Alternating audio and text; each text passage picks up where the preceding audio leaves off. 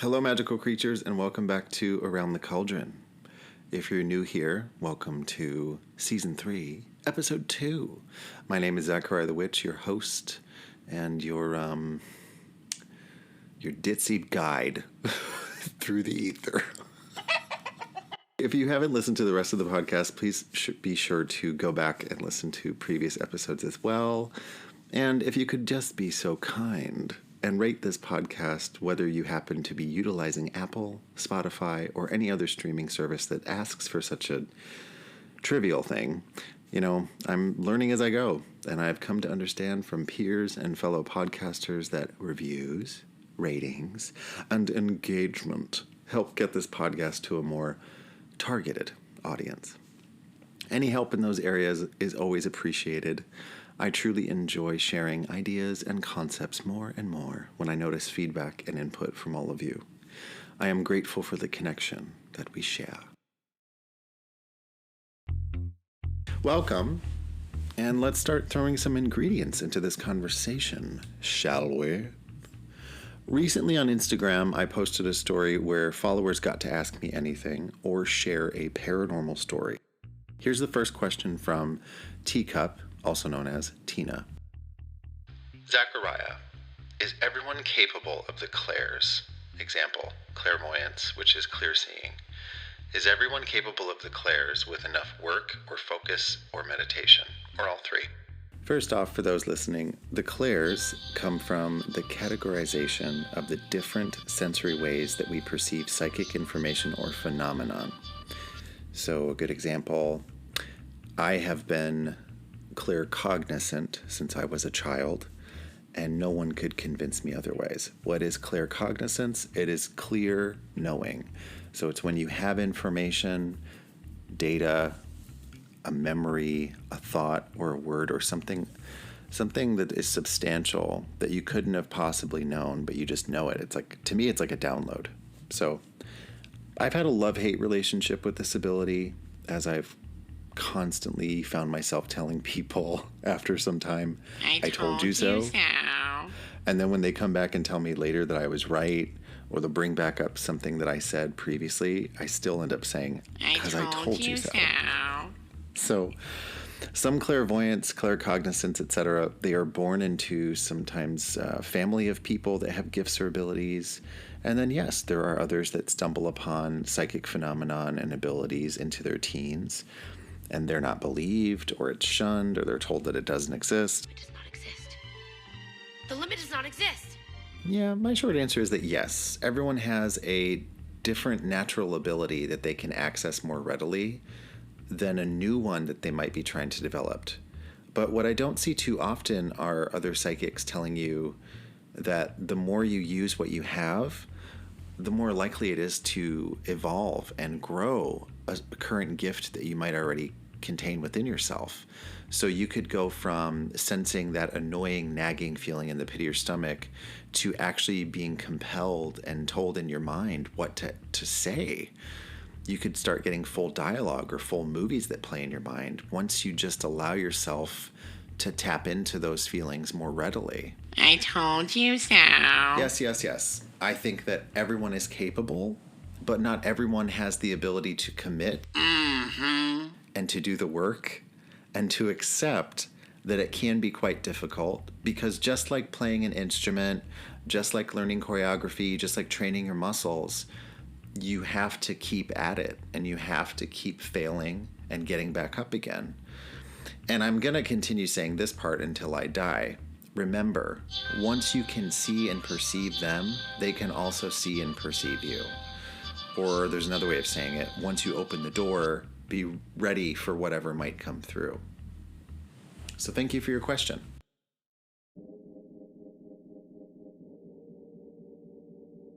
If you're listening and wish to discuss something like this further because you want to develop a starting point for your abilities, feel free to contact me and book a one-on-one session via my website.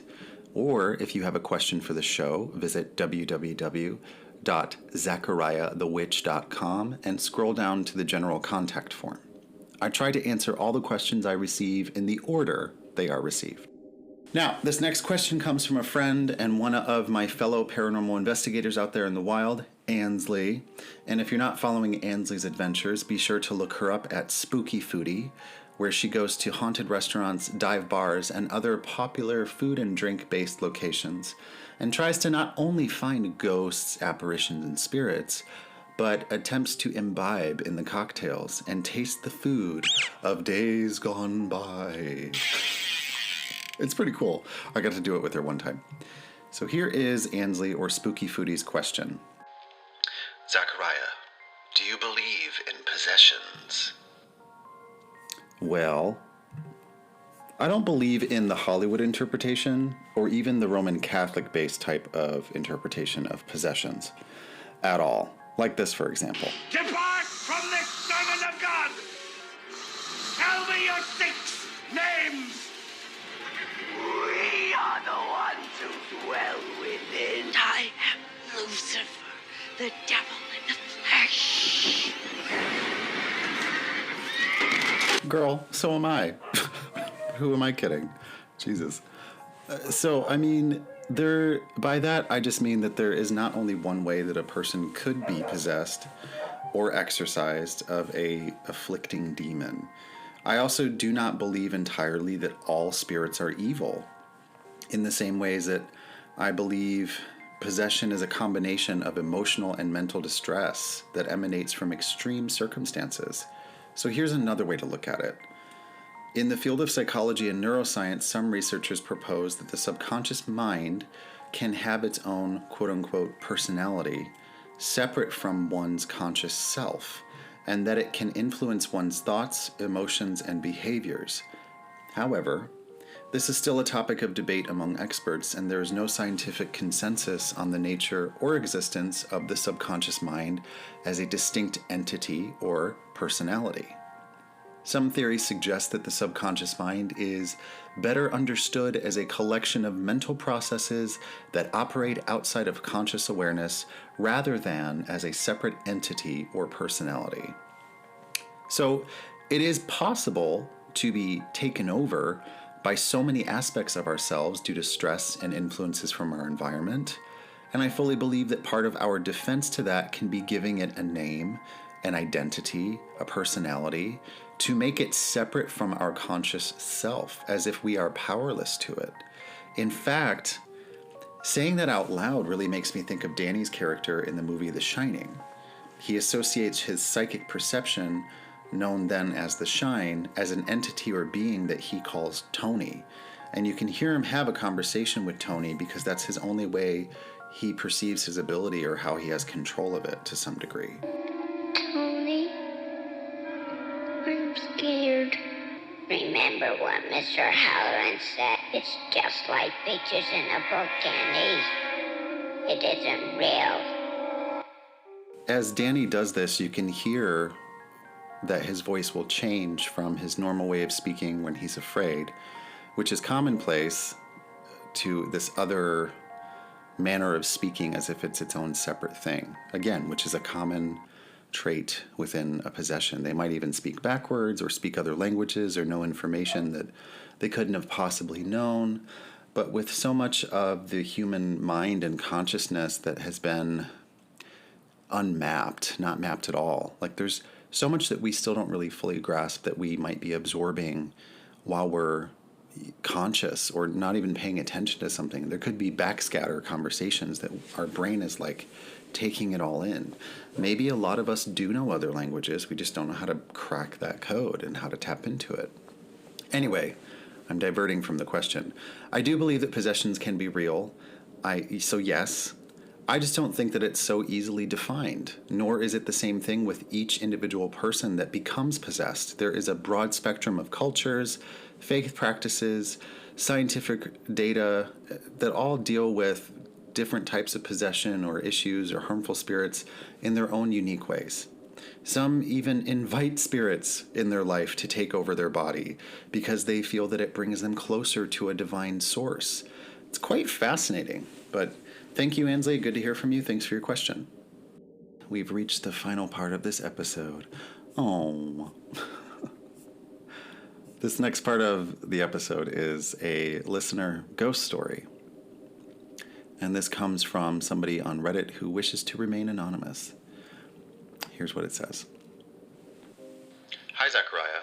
My brother and I had been referring to this spirit as the half-man.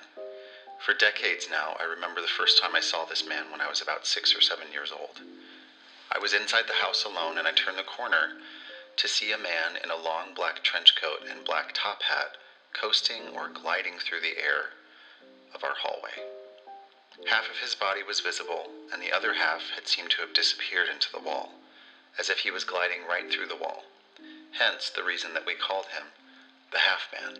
The second experience that I had, I was also quite young.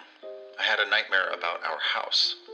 Though I don't remember the details completely, I do remember that I was staring at our TV set. The screen turned to static, and all I could hear was a white noise. He appeared on the screen, and I actually got a close-up glimpse of his face. He appeared much older, with saggy or drooping skin, and a very neutral, as they say it, resting bitch face type expression. I woke up. Since then, I hadn't experienced many encounters with him. My dad has seen the classical shadow men. I have seen shadow beings or men, but nothing to indicate that it was the same presence or the same man.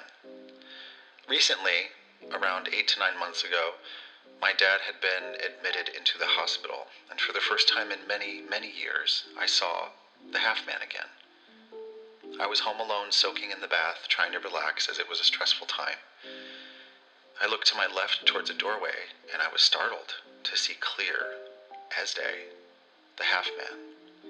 I pretended not to notice, and then he came a little closer, and then he came a little closer, and then he disappeared. Luckily, that was the last time that I've seen him. I'm still not sure. Was it a hat man, a shadow man? I don't know. Wow, thank you for your story.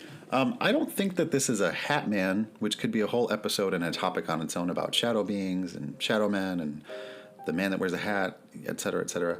But what do I know? I mean, maybe what you saw is just how you perceive or see it with your own eye or your own psychic perception. Either way, thank you for the story, and I believe you, because that shit happens. I hear about it a lot.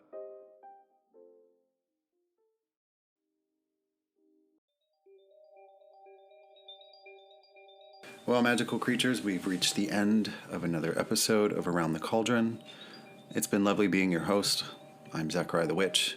Please find me online on all the socials, on my website, and if you can, like us, leave us a great review. I don't know who us is. Maybe I just mean us as in whoever the fuck listens to me this whole time. But anyway, thank you so much, and may the spirits guide you, protect you, and keep you.